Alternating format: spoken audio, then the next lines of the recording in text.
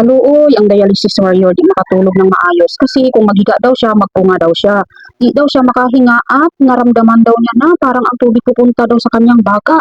Alam niyo kasi nga, limit lang talaga ang tubig ng mga dialysis patient.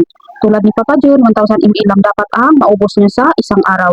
Kasama na dyan ang pag-inom ng mga gamot niya, ang sabaw at ang gatas na inumin nila. Kasama na siya sa 1,000 ml na limit ng doktor sa kanila. Kaya gold talaga ang tubig sa kanila. Kung masubrahan ang pag-inom ng tubig, manghupong sila, mamamaga ang kanilang paa at mukha sa kakamay. Kaya napakahirap talaga ng kanilang sitwasyon. Kasi yung iba na pasyente, hindi na sila makaihi. Kaya nagahupong sila at need nila agad na isalang sa machine para makuha ang tubig sa kanilang katawan. Kaya tayo na healthy ang kidney, ugaliin natin na uminom ng maraming tubig dahil wala tayong mga bawal. Kasi napakahirap talaga pag dialysis patient kasi may limit na ang kanilang tubig na iinumin. Kasi kung masobrahan sila, hindi din sila makahinga. Buti na lang kinabukasan kay schedule ni Papa John sa kanyang pagdadialysis sa Vida Dialysis Center sa San Fran, Agusan del Sur.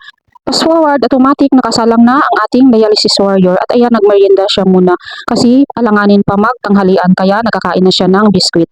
Kaya tingnan nyo mga mi, napakahirap talaga ng sitwasyon ng mga dialysis patient lalo na kung 3 times a week ang kanilang pagdadialysis. Ayan, tingnan nyo sila. At sobrang dami na talaga nila, pabata na talaga ang mga pasyente.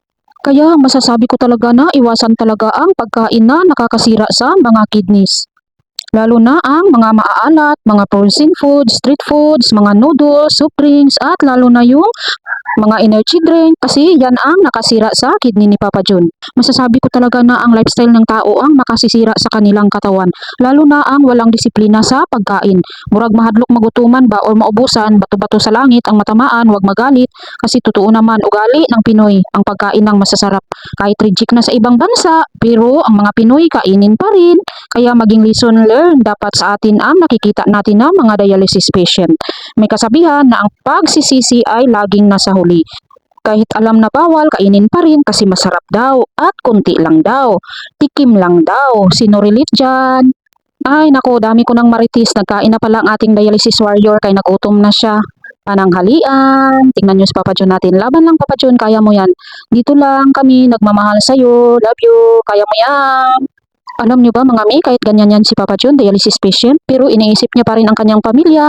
Kahit nagdadialysis siya, namasada siya kasi iniisip niya pa rin ang pagkain ng kanyang pamilya, baon ng mga anak niya. Siyempre, breadwinner siya, kaya tinitiis niya talaga kahit pagod siya. Tinitiis niya kasi nga iniisip niya lagi ang kanyang mga anak. Kasi nga may estudyante pa kami, may isang college, senior high at saka elementary. Kaya malaking tulong talaga sa amin ang inyong pag-like and share sa aming mga video kung makikita nyo kasi nga ang pamasahin namin ay nako, iwan ko lang. God will provide lang talaga, yan lang talaga ang masasabi ko. Kasi nga 3 times a week na nagdadialysis si Papa John. Tapos ako walang permanent na trabaho, part-time job lang. So i-pray nyo talaga kami nga masupply ang aming needs araw-araw. Salamat, dito na lang for today's video. Bye bye, God bless!